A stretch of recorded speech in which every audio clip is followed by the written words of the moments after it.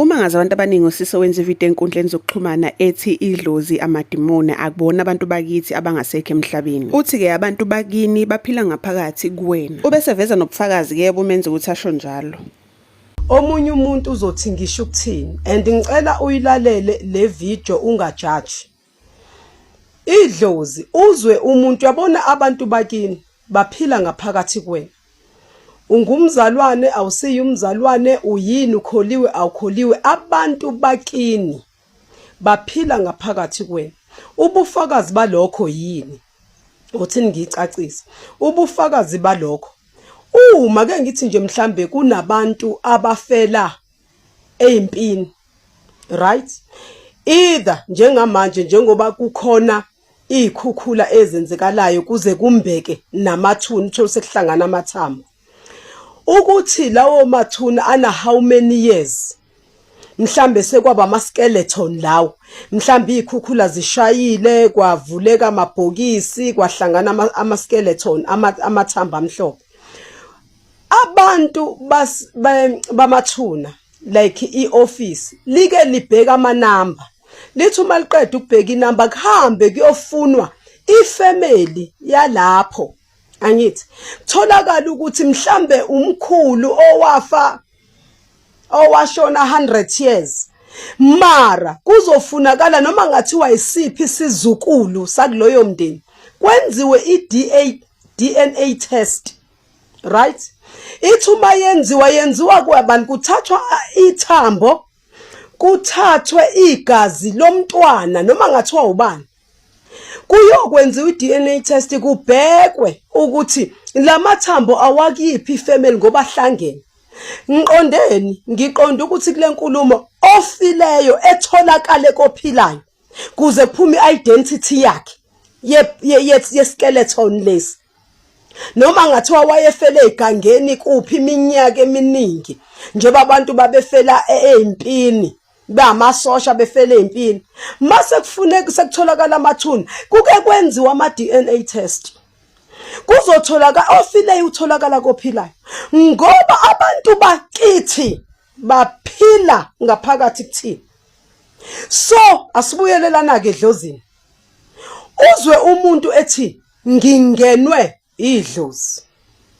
Angazi ngezwakala yini ngingenwe idlozi ezelibize ngegama ethelami lasemanzini ethelami idlozi umndawo umndiki uyayizwa leyo into ngifuna icacela ingakudidi and ngicela uyilalelisise kahle ungayithathi ngokuthi uyazi or uhlakaniphe kakhulu wena oyilalela or you are in a favor of amadlozi akho but nje just listen and give yourself a chance because baningi abantu abathi si amadlozi abantu bakithi omunye lifavor idlozi in such way yokuthi uthi ngifavor ugogo wami ngifavor umkhulu wami ngifavor ubhuti wami ngifavor umama or ubaba wami ongasekho kanti ufavor imimoya ayilande emanzini imimoya ayilande eintabeni. Amadlozi imimoya engenayo njengoba nawe uzusho ngomlomo wakho uzuthi mina ngingenwe lingena liqhamukaphi lingena liphumaphi belikade lihlala kuphi ugugile uyisalukwazi sekuthiwa kufanele wena uyoba isangoma ungenwe idlozi. Why ungazibuzi and uma lifika leli dlozi empilweni yakho to show you ukuthi lento engenayo it has nothing to do about your life. Ayazani nempilo yakho ayikwazi ngisho ukhula. Owami umama wayazi ukuthi ngiyawagqoka amabhluko wami umama wayazi ukuthi ngidlana wami mama wayengekeze ngilalise ngingadlile engaphume yocela impuphu. Owami umama wayenza so sure ukuthi usebenze emajardini abelungu ukuthi mina ngifunde esikoleni ngithola icathulo ngithola ijezi namhlanje idlozi lakho likuxoshisa emsebenzini idlozi lakho lihlukanisa nomshado wakho nendoda kuthiwa awutholi ngisho amadoda idlozi lakho likufakela isichitho kuthiwa wena njengoba abantu bengafuni idlozi likuhluphekise lize likukhiphe emshadweni idlozi likuxoshisa emsebenzini kuthiwa umsebenzi awutholi ngenxa yedlozi. Umuphi umzali wakho owayekufisela ukuthi uhlupheke? Why ungahlali phansi uzibuze ukuthi ngempela uma waze wafa efele ekutheni sisebenze kanzima washona emhlabeni for mina. Namhlanje uma usevala impumelelo yami ngifundile esikoleni either ngisafunda ngiseyingane sengivaleka amehlo. Uma wami uyena wangifaka nje esikoleni.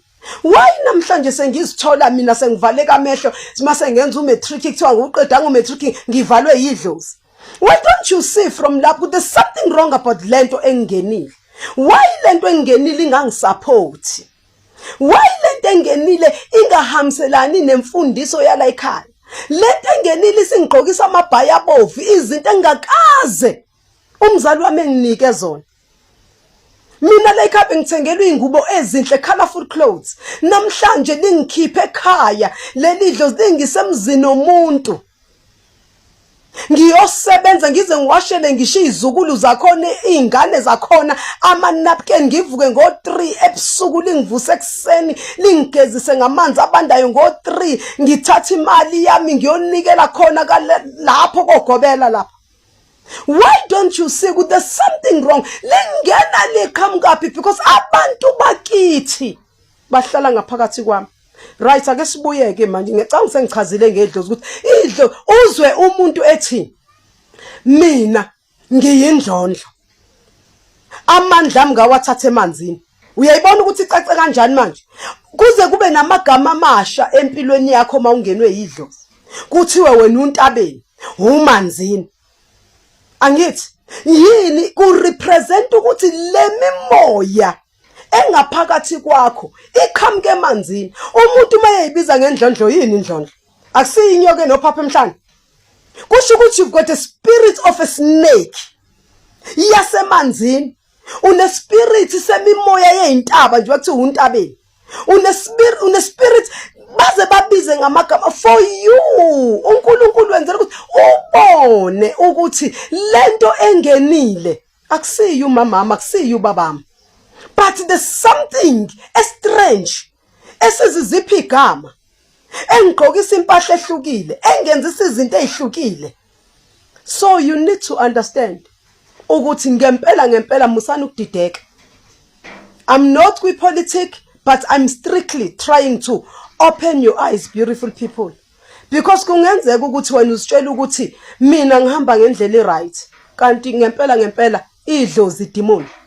Idemon di ama spirits aqhamuka le at the end of Mozambique. Umndawo wasemashanga. Umndawo wa the end ekugcineni kolwandle Mozambique le eBera. When have you been in Bera? When wake waye mashanga wena. Those people, they are real. I can prove it to kunabantu isizwe samandawo. Kwisizwe lapho engikhuluma khona igama lakhona isemashanga. Akusiwo amashangane lawa ngikhuluma ngawo. Amandawo. It's called endaweni yabo amashanga. It's a shanga land. They are ndawus. So wena yini urelate kuphi namandawo? Urelate kuphi wena? Ungena ama spirits amandawo. Imimoya yobumnyama. And when uzothi abantu bakini musana ukusukela abantu bakini bazilalela. Abantu bakini they're in peace. Njoba sisho sithi lalani ngoxolo. Let your mother, your father, your granny, your brother, your sister rest in peace. Amen. And baphila ngaphakathi kwakho.